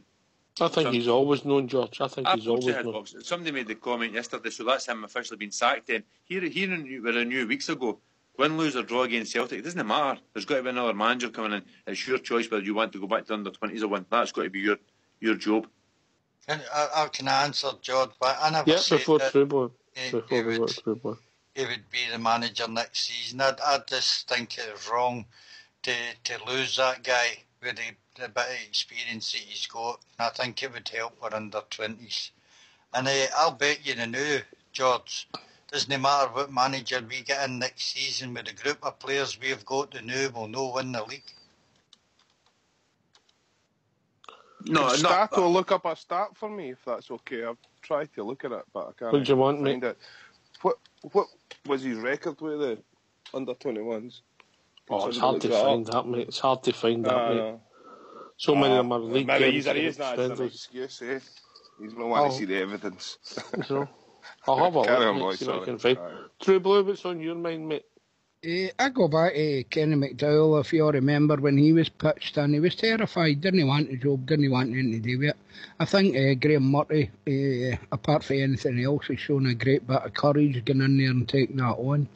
I think he certainly done the board a favour. I think he acted as a force field round about the board. We're now judging Murray rather than what the board's done and what they should have done. George touched on it, the debacle about Derek McInnes and all the rest of it. My thinking is, we're all saying here, will the board keep him, will Rangers keep him and all the rest of it? Maybe the guy will know what to hang about now. He's had a taste of the power, Is it going to be easy to go back the way under-20s for him? I don't think so. I really don't think so. It'll be interesting to see if anybody else offers him a post, maybe as a first-team coach or a first-team manager somewhere, I think, obviously, I'm not saying it'll be a top team or anything else, but I think it'd be worth taking a punt on for maybe some clubs. So CC's putting his conspiracy head on and says that Mick McCarthy's left Ipswich tonight as of immediate effect, and he's asked the question, is he coming? Very good, CC. Very good. We all know CC's off his nut. We all know he's mental, CC. He's just proved that. He's got a drink problem, that boy. And drugs. Can I come in with one more thing on, obviously, the Graham Murray side of things? I don't think True was finished yet. It's just the way I'm seeing it. Don't take it for granted. He wants to stay there. That's a possibility. You could be right there. On you go, Ibrox, mate. No, it was just a few months ago when Mr. Murray did an interview, and the words that he used, he wasn't able to go to any other club in Britain and find the same sort of buzz that he gets coming into Ibrox, Auchenheavy or Murray Park, whatever you want to call it. He wouldn't get that same sort of buzz anywhere else, which makes me think that if he didn't get the Rangers manager's job come the end of the season, then I think he'd be more than happy. He stepped back in. He'd been a manager of our youth development squad, because as Fox says there as well, he has got the experience now, and there isn't anybody else in our youth development management team right now that knows what it's going to be to move into the first team at Ibrox as a player. He'd be able to go in there and give them the motivation and the tools to be able to move up a lot sooner in the first team if they're good enough to do so. So I think it's by every stretch of the imagination, we must do our best to keep him within the rounds at Ibrox and Auchenheavy and everything else, mate. So I think he would step back down. Can I come in there? There you go, mate. No, I was just going to say, what True Blue's saying is absolutely right. It's what I've been trying to emphasise. There's got to come a time, if the manager, if he's, shall we say, if he's pushed out the door, that's a entirely different thing. But if he leaves himself, then that's his choice. But he should be given the choice. Do you want to, we don't want you as first team manager. You've had your chance, I'm sorry, blah, blah, blah. And put it nicely, of course. And there's your role. Go back onto the juniors or whatever it be, the under-20s. And if he says, and he could be quite right in doing that, he said it's virtually a season in charge of Rangers, which is one of the biggest clubs in the world. And he's done not too bad. If he finishes in second place, he'll have done quite well. And to be honest, I don't know if he'll be able to go back to the under-20s.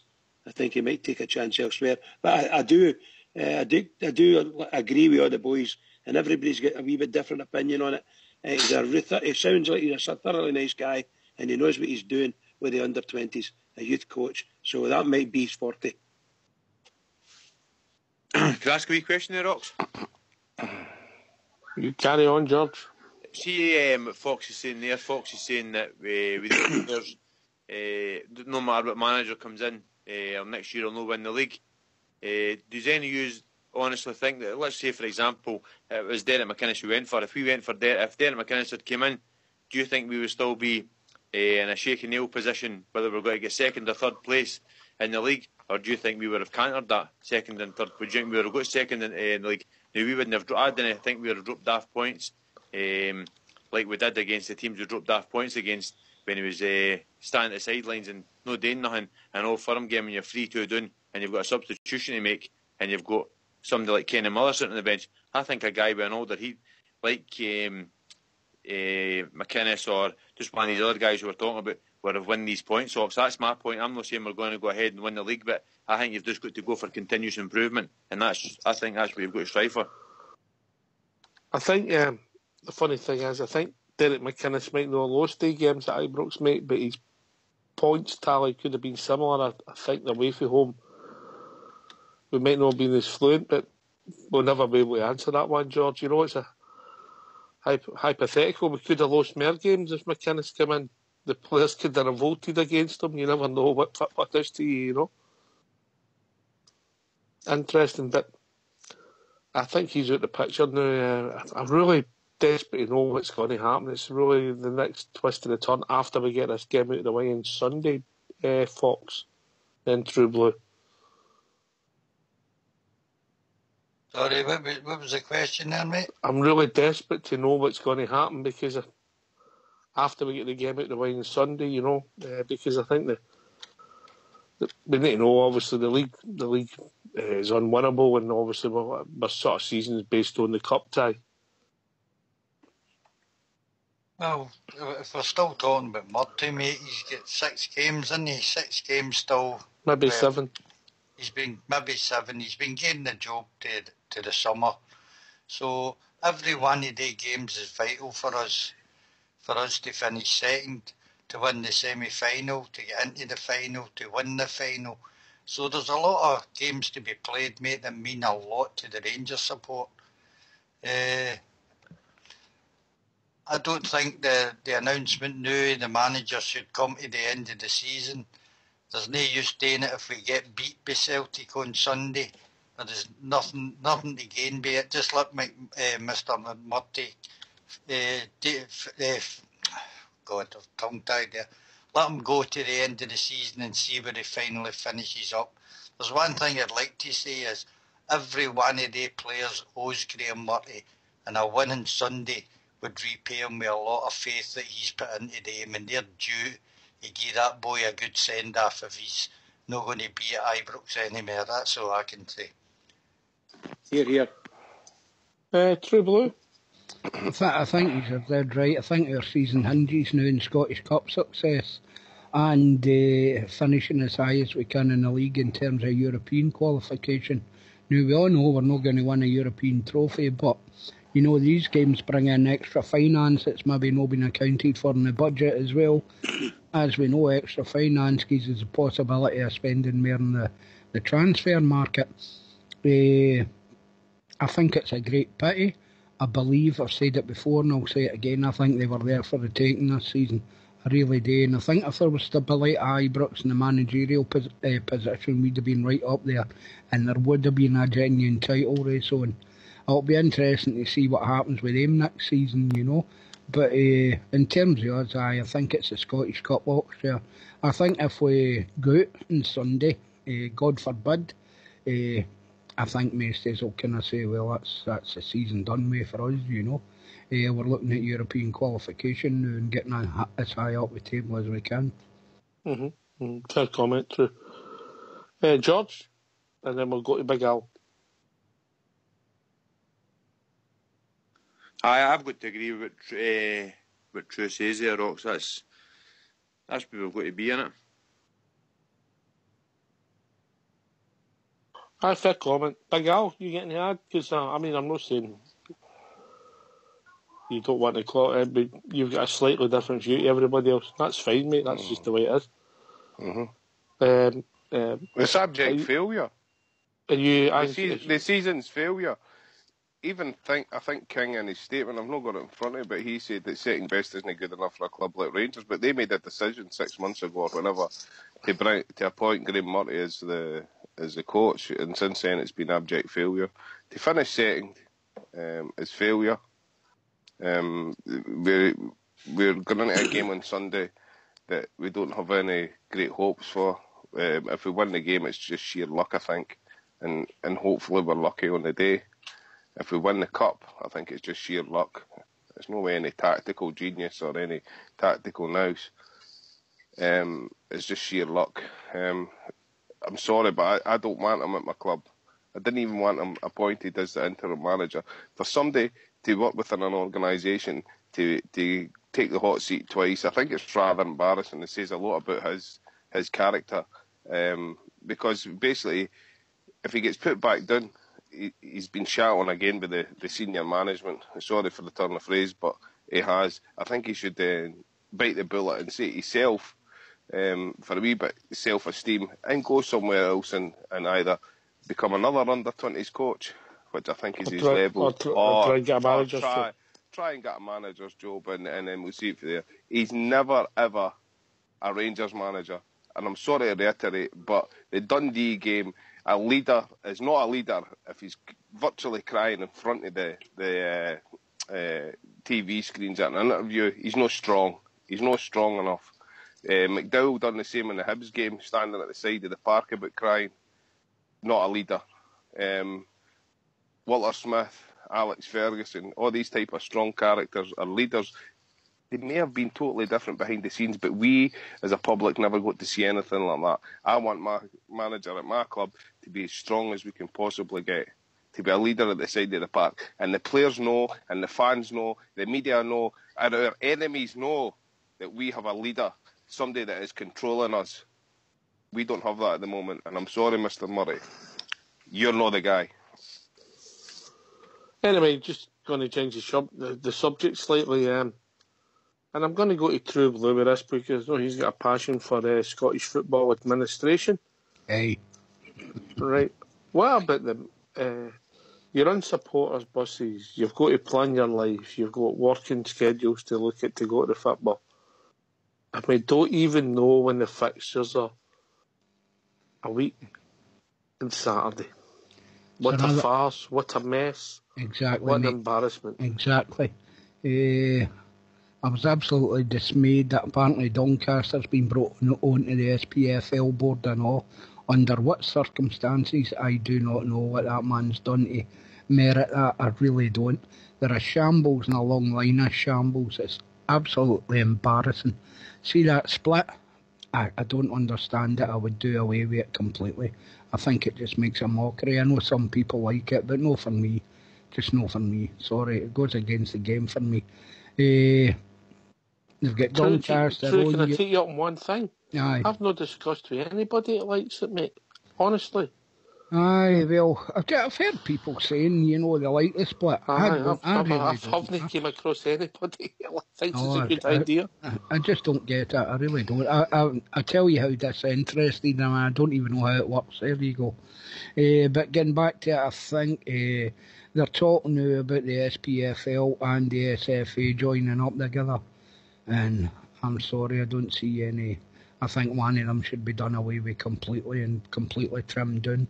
I've said it before, they need somebody in like a Barry Hearn kind of figure who'll promote the game, bring it up. He done it with darts and he done it with snooker, two of the most unfashionable sports you could ever get. And darts are still booming and public, a lot of people attend the events and all the rest of it. Snookers went a bit by the wayside. But getting back, Australia were big allies, You go back to the times of Kerry Packer, who come in and really done things up again.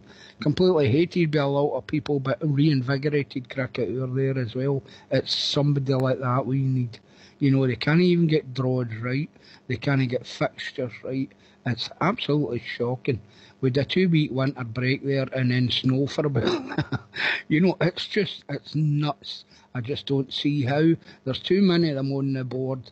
I would get all the clubs. I would have one representative representing all the clubs on that board, because every one of them are just serving their own interests. Scottish football suffering as a whole. I think the league is suffering for a whole. We're a laughing stock of Europe, quite frankly. Nobody rates this game in Scotland whatsoever. So that's what I'd be thinking. Bridgeman, explain to me how the split works. I think you need a Philadelphia lawyer, as they used to say, to be able to explain that one. I think it's got to the ridiculous, from the sublime to the ridiculous. They should have known, they've known for the last 2 weeks, not counting this week, the last 2 weeks they've known who the top six and who the bottom six are going to be. So there's no reason why they couldn't have done their job and planned it out the way they want to plan it out. The biggest problem they've got is somewhere along the line we have to go with the police authorities and the local governments and so on and so forth. So it sounds like it's all to do with that, where and when they're going to play most of these games. The big game, of course, is going to be against them across the city, because we're going to play them there. And, the tunes that are coming out of the midden across the road there is all about getting Rangers in there, and so we can beat them. We'll beat them anyway, but let's beat them on and that'll be the game. We get the 3 points we need to win the championship, and we'll rub their nose in it again.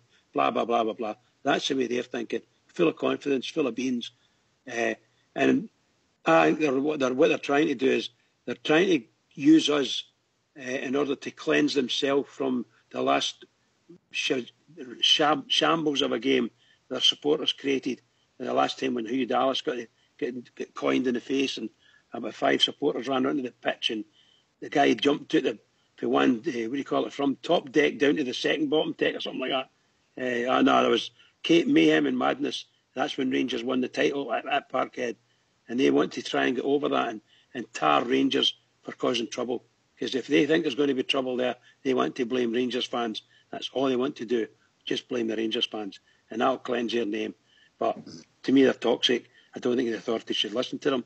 I don't understand the way the thing's going to work, whether it's going to be the first game, second game, third game. I know one thing. It could be the last game, but I doubt very much if it will be. I think you said it the other night there, Oxford. We'll probably be Aberdeen at the last game. So I don't know where we're going to end up. I don't know what's going to happen. I've got a question to ask everybody about this. I'm a season ticket holder.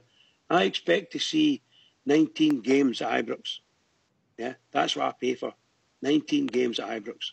I should be able to see that. And if I don't get 19 games at Ibrox, I wonder why. How can that be? I'm not alone. There's other clubs maybe in the same situation, but I want to know why. And it might be all politics. It might be they don't want to do it to Hibs. They don't want us to do this, do that. To me, that's what we should be ensuring. The Rangers board should be ensuring that we have 19 games at Ibrox, because that's what we're paying for, and we're season ticket. That's 2 more games you should have. Whatever. Yeah, whatever. You've had 17.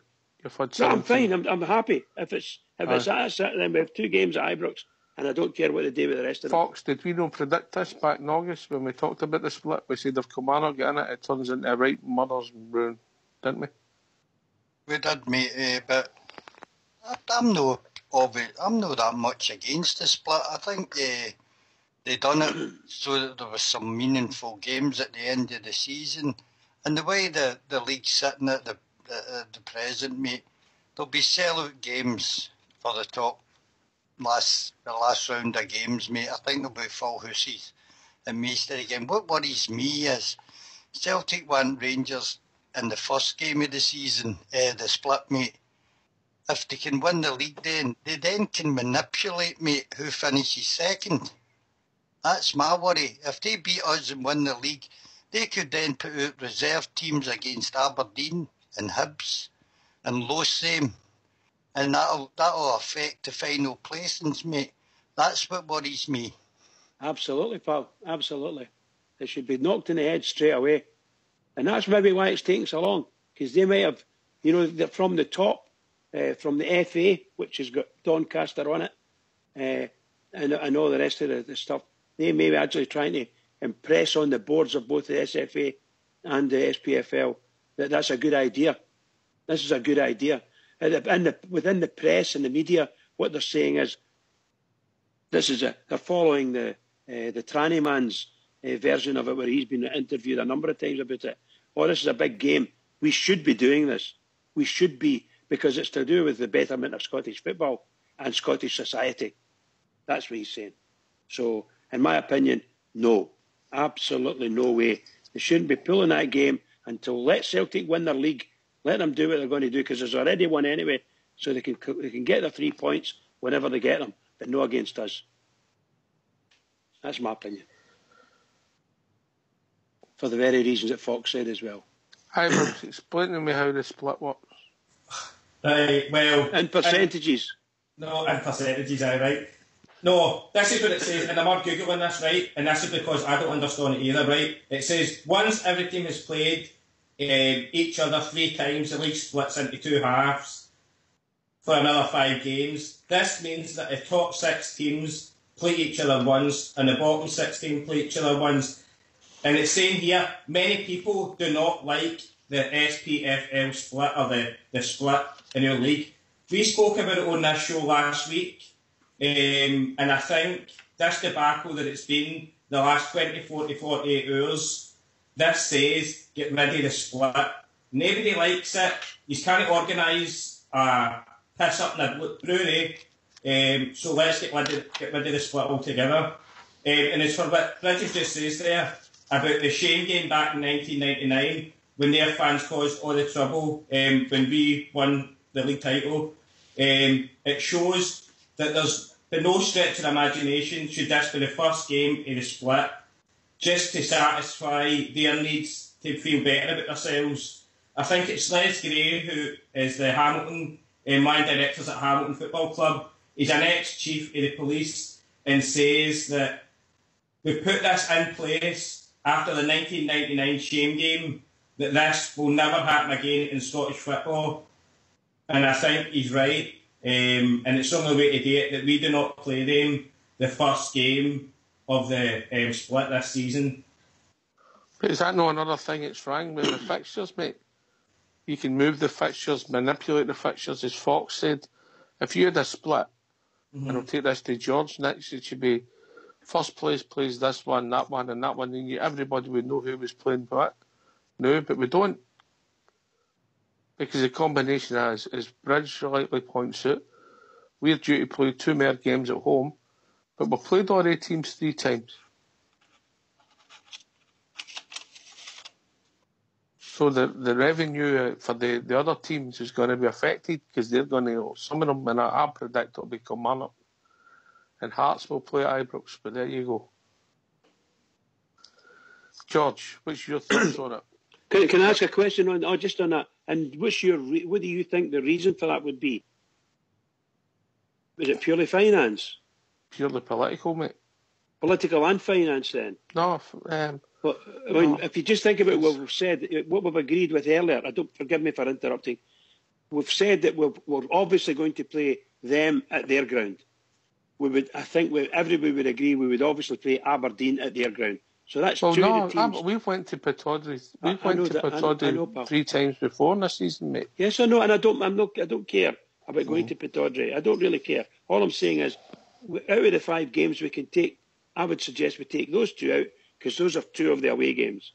So you're left with 3 clubs who we could play away from home, yeah, and 2 will play at home. And why wouldn't play Hibs at Ibrox would be only because of the furore that's already been created about how poor Hibs are, and they're getting robbed of all this multi-million pounds that Rangers fans will take over there, and the TV monies and all the rest to go with it. That's the only reason why we could end up at Easter Road. And the other 2 teams have got the same problem. They'll have played at Ibrox 3 times. Aye, so it doesn't matter how you do it. There's going to be somebody with a genuine gripe. Anyway, George, what's your views? Right, well, see the whole thing what you were saying there. I mean, you're saying next weekend we don't know what the fixtures are. Realistically, next weekend Kilmarnock could be going up to Aberdeen next Friday. Say next Friday night that game could be, if that's what the telly want to do, because BT have got a game that weekend. So if Aberdeen and Kilmarnock game's a game, so they Kilmarnock fans have got to go away up to hang with that. So I didn't really care about any other teams, to be honest, Hawks, but it just goes to show you how much the authorities in Scottish football haven't got a clue what's happening. We were on that radio the night and they were going on about the fact that the shame game this, the shame game that. That will only happen again because they wouldn't let me on to say my point. But see, let's say there's only one team that can win the league. Say we play them next week, Ox, for a league decider. There's only one team that can win the league that day. Right? Rangers can't win the league that day, so it's not a league decider. It's a final game of the season for them to win the league. That's what it is, no league decider. So that day when Rangers win the league, who was it that actually jumped off the top tier again, Ox? Was it a Rangers fan, Ox? No. It was a Celtic fan, that's right. Mm-hmm. So somebody got hit in the face with a coin, it was a referee. Did that coin come for the Rangers end, Ox? Must have been some throw if it did, George. Well, that's what I'm thinking, Ox. And then when they guys went and smashed that boys' windies at night, I can't imagine us going away and celebrating a league title and thinking, let's go round to the referees the day it gives us a penalty and smash up his shoes just for something today. But they're trying to turn this round to make it sound like it's the Rangers fans that are going to do this, going to do the next thing. And they're going on, let's have this game. They're desperate. They're absolutely... I hope they have that game. I think it's going to be 29th now, right enough. But I would have liked them to have that game on that day. Because I didn't think we're as much as scumbags as they actually are, Rocks. And that's the whole... They're trying to wingle it round and they're fighting it. And the police are not going to let them have it on that day because it's not allowed after the shame game that they destroyed Scottish football in '99. They forget that. They're absolutely Scottish. Like you said there, it's absolutely shocking the way it's getting done. And it's Desmond, what do you call him, Lowell and that, are getting their fingers burnt again with getting to do this and getting to do that. It's absolutely shocking. I can't believe how bad Scottish football is getting running. True Blues bang on exactly what he says. It's absolutely shocking that they're getting to political. That's it. It's political, and that's the way it is. It's getting run on a political basis, and that's absolutely shocking. And these guys in the radio and the telly and that they're not even bothered. They're not even bothered to hide it anymore. That's how bad it is. Somebody should be going nuts for all the 5 teams and the 5 at the bottom. Nobody knows where their fixtures are next weekend. They're off here to say anything, Ox. They had the opportunity 2 years ago when Rangers won in the league for the 11-1 vote, and they didn't want to go for it. They had the chance. It's 11-2 the new, or 10-2 whatever it is, the vote the new, and they had the chance to change it to 11-1 when Rangers won in the league, and they were that fierce. Lowell they didn't want to do. He's palming them up. I'll get you this. I'll get you the next thing, and we're that fierce. He's got Scottish football sewn up, and he's going to have it sewn up until somebody puts his head up and says, "Wait a minute. I want to take part of this. I want to get involved in this," and it's not going to happen because nobody's got the ball to do it. So that's the bottom line. Farce, absolute farce. Big Al in Australia. What's your views on the split? I don't really care about the split, but what he's saying is true. But, he's mentioned 2 names there, Kerry Packer and Barry Hearn. 2 of the guys are strong leaders of men. There's nobody like that, I don't think, even in Scottish society, that we could hang our hat on, that could turn around and say no. So I don't really care. We play whoever we play when we play them. But it's got an impact on the fans that go to the game. They don't even know where they're going. You can't book supporters buses for next weekend if you don't know where you're going or who you're playing. I know, but that doesn't really affect me where I'm at the moment. I sympathise with the guys that do the things, but I'm sure if the game's held wherever, they'll get to the game. It's just that there is no strong leadership in Scottish football. There's no strong leadership whatsoever. Well, let you get back to you. Are you having a party there? No, it's breakfast time. All right, okay, we'll get back to you. I think we're missing out on the biggest point, and that was what I brought up, mate. If they win the game against us in the first game, mate, they can then rest all their players for the Scottish Cup final, mate. So if Celtic were to go to Aberdeen and they put out a reserve side and Aberdeen beat them for the first time in a long time but they 3 points against, well, that they gain against us would probably jeopardise us finishing in second, mate. And I don't think there's any sporting integrity as they keep going on about. And people won't bat an eyelid if Celtic play a reserve team after they've won the league, mate. And that's the most worrying thing for me. It's important for our fans to finish second. But if they're lying down to Hibs and Aberdeen, mate, that gives them a better chance of finishing second than if they put out full teams. And you know that's not going to happen, and I know it's not going to happen, mate. Fixture manipulation, True Blue? Hang on, Fox, you're dead right, mate. And we know the despicable lengths they've went in the past to get games abandoned and put off and all the rest of it. You're dead right, mate. The other thing is, I know, you're talking about 1999. What are they going to do about the Scottish Cup final if we get in it? You know, we talk about 1999, referee injured, 3 pitch invasions, somebody taking a dive off a tap tier, a stand. It was nothing compared to the cup final debacle against Hibs. We'd have players spat on, we'd players assaulted, we'd staff assaulted, and what have they done about it? Not a jot. And that's what we're up against here, lads. To try and negotiate or work with these people is just not on at the minute. It really isn't. I agree with what Big Al says. There is one strong person with leadership qualities in football at the minute, and unfortunately detests us. What we need is somebody, a strong leader on our side. That's what we need. We need somebody to take it on. Just a wee aside, I know I heard, you know, we're talking about the SFA and how they're a shambles. I heard Brendan Porn a couple of weeks back there, and I was out in the motor Alec McLeish had been appointed to the Scotland job.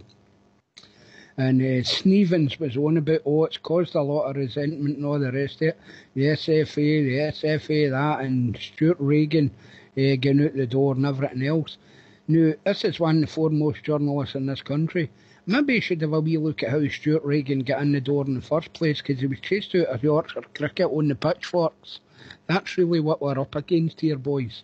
And every advantage, George is dead right, saying he doesn't care about any other team in the country, and that's the way we should all be. Our interests come first. With this split through, I don't get it. I really don't see it. It's a nonsense. You imagine this was taking Fox's point, and I get what he's coming for, fixture manipulation, sporting integrity. Nobody'd ever do that. I don't know who's doing the typing. Get off one if you want to know who it is, but the thing I know, mate. Imagine it was a close title. Imagine it was a close title race. The thing is, mate, it isn't a close title race, and Big George nailed it and all.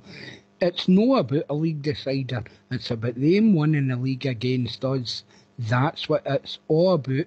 I know it, and every one of you know it. Nothing to do with that or a spectacle for Scottish football or all the rest of it. What Brendan's coming away with absolute garbage. They want to win the title against us. It's as simple as that. We all know it. Here, pal. That's exactly what they want. They don't want no caring. They don't care about it. It's all about how far they can manipulate. Fox is absolutely right. If they get that first game, which everybody, all the pundits, and I've not heard anything or seen anything in the papers, but you could put money on it, and all the guys in the lobby, I'm sure if you go and read, see, whatever you pick a paper up, you'll probably find that Brendan Rodgers is behind all this, and all the pundits agree, and all the journalists agree, I suppose the journalists and reporters agree, because they're all sympathisers of them. None of them sympathise with us at all. So it's a great idea. Absolutely fantastic idea. That's what we should do, to hell, and let the fans show themselves up if they want.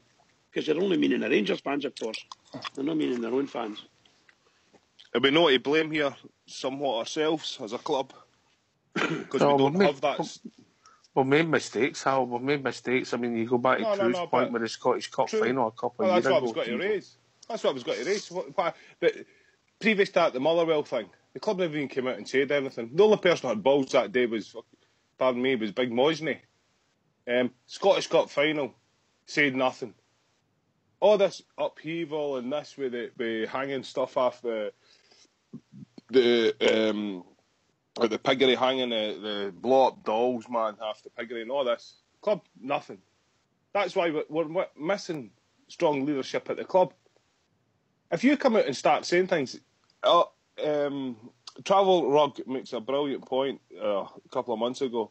Have it on a look when the press conferences are going on, the challenges for the week previous, the challenges, the decisions that go against us. Just have it running on a look. What they're going to do, fine us. What can they do? We aren't vocal enough as a club. I hear you guys talking. The paranoia is starting to set in, I think. What we have to do is have a strong leader of the club, strong manager, strong players, win games. They can't take the 3 points off you and just keep winning games. That will then breed success. It will win us league titles, it will win us cups. And that way, we'll get back at them. Until we stop acting like victims and start fighting for ourselves, we're not going to get ahead anywhere. We'll always be languishing about second, third, fourth in the league. Until we see, again, that the only spot in the league for us to achieve is first. And that goes for everything throughout the club. First at making a complaint, first at winning a game, first at having the best players, first at having the best manager, first at having the best support that we've got, and first that we are first. I get the point about winning games changes everything, Big Al. You win games, you end up in a different position, you know. This whole argument or the conversation would have been different if we would have only took 1 point out of 9. If we'd have took 9 out of 9, we'd have been sitting 2 points behind them, and we might have been desperate for the Parkhead game because we'd be saying if we win that, we could go a point clear. But that's all if buts and maybes. But you're right, everything changes. You get the right manager and you start winning more and more football matches. Bridgeman? Yeah, absolutely right. Absolutely right. If you've got to win the games, and we've been saying it, God knows, ad infinitum, unbelievable stuff we've been saying. Every game has been a massive game for Rangers. No, none more so than the Dundee game. Look what happened to us if we'd have lost that, you know what I mean? Just incredible. Not to say that we haven't lost any game, but you know what I mean. But every game from now at the end of the season, nothing short of massive for Rangers. Massive. And if we can... that's why I say, if this manager manages to win every game between now and the end of the season, it's been nothing short of miraculous, seriously. Because it'll be a tremendous feat. Tremendous feat. So I don't know what's going to happen. I think what I was saying there, he doesn't really like this guy as a manager. Doesn't dislike him. But as a manager for Rangers, he doesn't see him as a Rangers manager. Not very many people do, to be honest. But I'm supporting him anyway. That's what I'm saying. Ibrox loyal. I think we put it in one simple term, as we've been talking about for the last 10 minutes here. If we get rid of this split, we don't have this situation. All the matches are all set in stone. You can all change to manipulate anything else. Get rid of the split and it solves all the problems we've had. I think basically that's the only way to do it now. There'll be no match against them in the first game of the split. I think we can say that even though the split hasn't even decided yet who's wearing what's have you. But I think I can say get rid of the split, we don't have this problem. You're no against the split, Fox, are you? I just think it does have some meaningful games in it, mate. I mean, if the league was finished afore the split, mate, there'd be no crowds at the rest of the games. At least there's still some interest for probably the 5 clubs out of the 6, mate, to get as high as they possibly can. And I think there'll be sellouts for every Rangers match, whether home or away. And I think that adds a wee bit of spice to probably a league we've never really challenged in, mate. We got a wee bit near them at one time, but that faded by a couple of defeats. But at least I'm going to go to Ibrox in the 2 home games we've got against whoever it will be. And I hope it's a full house in each occasion, mate. Rather than a 15,000 crowd to sit and watch nothing. You know, we could have been playing, for instance, Ross County, Motherwell, Partick Thistle, mate, but we wouldn't get any crowds at all, so it's good for us and all. I don't think it's as bad as people make it out. I'm no for it, folks, but there you go, that's just me. Anyway, we've reached that time of the evening, and we'll come to shout-outs, and we'll start with Big Al in Australia. Thanks, gentlemen, for taking my call. All the best. Cheers, mate. Have a good day, mate. No worries, I will do it. True Blue. Big shout to Ibrox Loyal for his looking up, Googling everything, getting his statistics. You know, 5 out of 3 people can't do fractions. I says at least I've got a near enough 100% ratio tonight, so I'll take that. True Blue, you're a shocker. Ibrox, did you see done you with a fractions joke? Yeah? I did, mate, I did. I don't think you did, True. I don't think you did. No, 8 out of 11 don't get that one. Brilliant. You can't beat it. Fox? Just thanks everybody for listening. Bridgeman.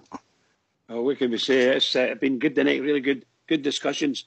I hope I haven't bored people with my memories and so forth. So I can just say to all the Rangers fans all over the world, to all the Rangers fans all over the world, and particularly Rangers fans on here, on our wee radio station, Rangers Radio, every single one of us, please keep it going for the Rangers, because we need it.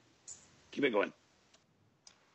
Thanks very much. This has been Rangers Radio. I'd like to thank George Logan, the one and only Bridge, Big Al in Australia, True Blue, the Fox and Ibrox Loyal for taking time to call in Rangers Radio, everybody for listening in the lobby, everybody for listening anywhere in the world on MixLR or anywhere devices we put the show in.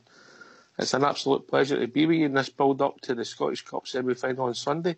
But we'll be back tomorrow night and we'll be looking at all firm semi-finals. So it's been Rangers Radio. Back tomorrow night between 9 and 11, talking about all things Rangers. Take it away, Fox.